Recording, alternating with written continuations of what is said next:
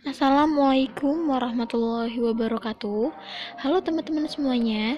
Perkenalkan, nama saya Intan Lestari, NIM 2619072 dari jurusan Tetris Matematika, IAIN, Pekalongan. Mau tanya nih, gimana kabar kalian? Masih semangat belajar di rumah? Kalau sebelum zamannya pandemi ini, waktu di kelas, kamu pasti punya mata pelajaran terfavorit sampai mata pelajaran yang kamu gak sukai. Beberapa di antara kamu pasti pernah kan merasa jenuh dengan matematika. Sudah mencoba berbagai cara belajar matematika tapi masih belum paham? Nah, mulai sekarang ubah mindset kamu ya. Kenapa? Jangan pernah kamu anti dengan pelajaran matematika. Sebab semua yang kita lakukan sehari-hari sangat berhubungan dengan matematika. Bahkan ponsel yang kamu gunakan saat ini dan media sosial yang kamu mainkan setiap hari ini juga menggunakan rumus matematika loh. Sebelum membahas tips belajar yang efektif dari aku mau tanya dulu, sebenarnya kenapa sih matematika itu dianggap tidak menyenangkan? Kenapa matematika dianggap sulit?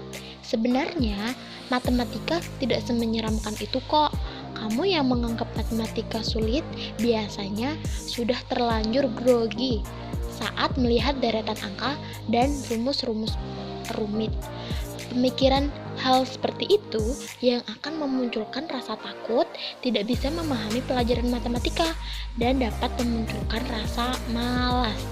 Belum lagi guru matematika yang terkadang terlihat killer. Nah, jadi bagaimana sih cara belajar matematika yang mudah dan menyenangkan? Oke, aku akan bagi tips belajar efektif matematika. Yang pertama, cari suasana baru yang tenang dan menyenangkan.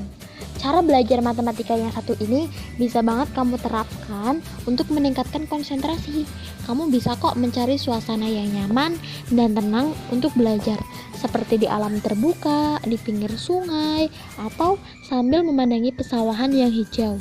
Namun, jika tidak memungkinkan untuk bepergian, sesekali cobalah belajar di teras atau di balkon rumah, taman rumah, sambil menikmati teh atau kopi atau minuman kesukaan kamu. Dengan begitu, kamu jadi tidak mudah bosan dalam belajar. Yang kedua, yaitu pelajari hal-hal yang mendasar mengenai matematika. Contoh sederhananya seperti rumus Pitagoras.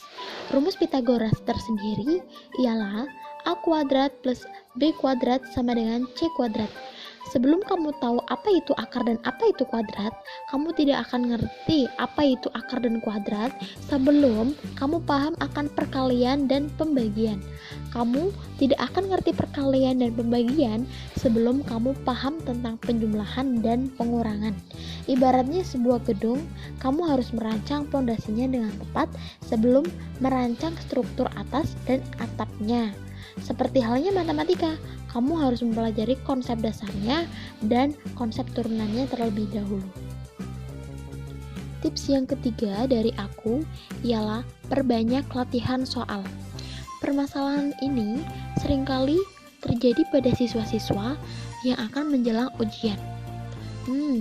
Apakah Anda merasa takut dan tidak siap untuk menghadapi ujian yang begitu menegangkan dan begitu menguras energi maupun pikiran?